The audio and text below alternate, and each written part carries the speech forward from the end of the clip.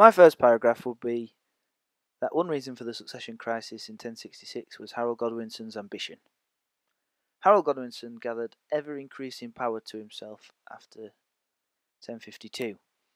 He positioned himself wisely. He got rid of a lot of the problems that Edward had.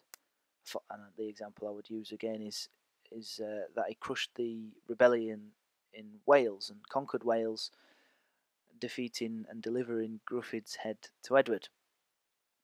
I would also talk about the influence and the work of Harold Godwinson, which led to the Godwinsons controlling much of the country, again increasing their power. I'd also say that Harold Godwinson was the only English candidate to firmly throw his hat in the ring in terms of the succession crisis. I wouldn't be using those colloquial slang terms though. It's significant though, and this is definitely included in the paragraph, that although Edward seemed to use him to deal with a lot of his problems, he's not clear that he wants Harold Godwinson to be his heir.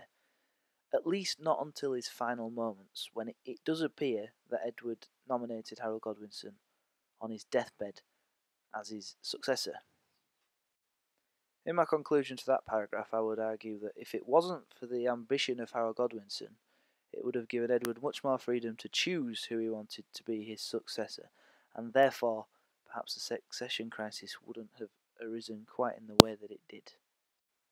For my second paragraph, I would point to Edward's relationship with Normandy, and it seems that Edward at the very least hinted to William that he might be his choice as heir. The first point I would make is during the crisis of 1051-52. Some sources suggest that William made a visit to England. Certainly Norman sources suggest that during that visit, Edward named William as his heir. And if this in fact did happen, then of course that's a clear reason why there's a succession crisis, because he's suggesting that William would be his heir, and on his deathbed he suggested that Harold Godwinson was his choice.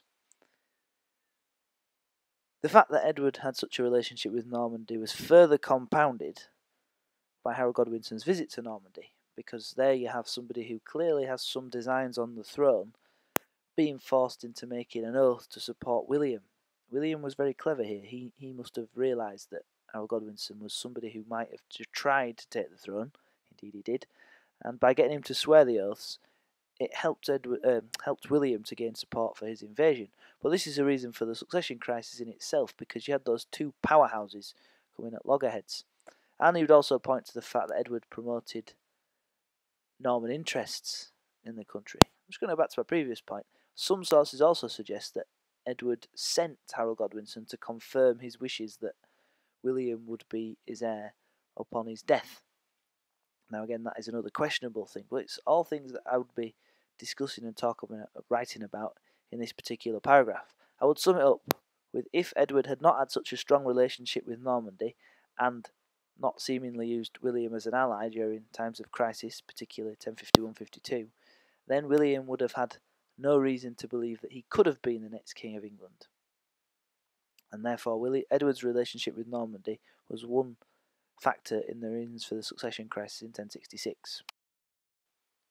One of the more obvious points when you're considering the reasons for the succession crisis is that Edward was unable to produce an heir, or didn't produce an heir, either way.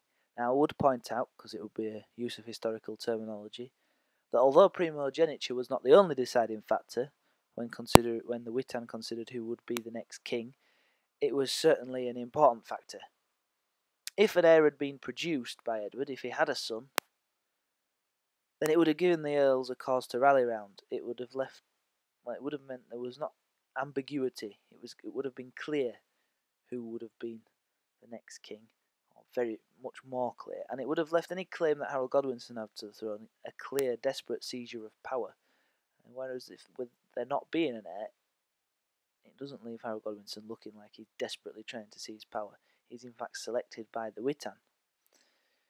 So, I would conclude that Edward's inability to heir was absolutely fundamental in deciding or in understanding why there was a succession crisis in 1066, because if he had produced an heir, then the succession crisis might not have happened at all. My final paragraph would be about Edward's capriciousness, or in other words, his inability to make up his mind. It is possible Edward did this on purpose, because if Edward had publicly named, say for example, Harold Godwinson as his heir, it might have meant a Norman invasion during Edward's rule, because William and the Normans may well have felt that Edward owed them some. It could have been that Edward, indeed, to quench the thirst of William and the Normans for some sort of reward for sheltering him during his exile, had indeed promised William the throne when he died. If Edward had publicly declared that William was his successor, then Harold Godwinson may well not have been as useful to Edward as he was during his reign. And if he'd named Edgar the Atheling, well, it could have caused problems with both William and with Harold Godwinson. So it is possible that he didn't make up his mind publicly on purpose, just to keep things peaceful during his own reign. But you've also got to point to instances of where he seems to have changed his mind. For example, he seems to, well, there's a strong possibility that he named William his heir in 1051. There's also a strong possibility that he decided he wanted somebody who was related to him, or his closest relation, as his heir, because he sent the Bishop of Worcester to go and find Edgar the Exile, and ultimately came back with Edgar the Exile and Edward the Exile and Edgar the Atheling. And then it seems he may have changed his mind again, because on his deathbed he definitely, or I say definitely, it's very, very likely that he named Harold Godwinson his successor. So there's 3 different examples of where Edward seems to have not quite made up his mind. So in summary to that paragraph, I would say Edward's capriciousness left the succession in doubt. If he'd declared who he wanted as his heir early and stuck to his guns, then perhaps it would have meant nobody else would have felt they had a strong enough claim to the throne. But the very fact that he left it ambiguous, unsure, unclear, meant that there was a succession crisis in 1066. My conclusion would be that the key reason why there was a succession crisis in 1066 was Edward's inability to produce an heir.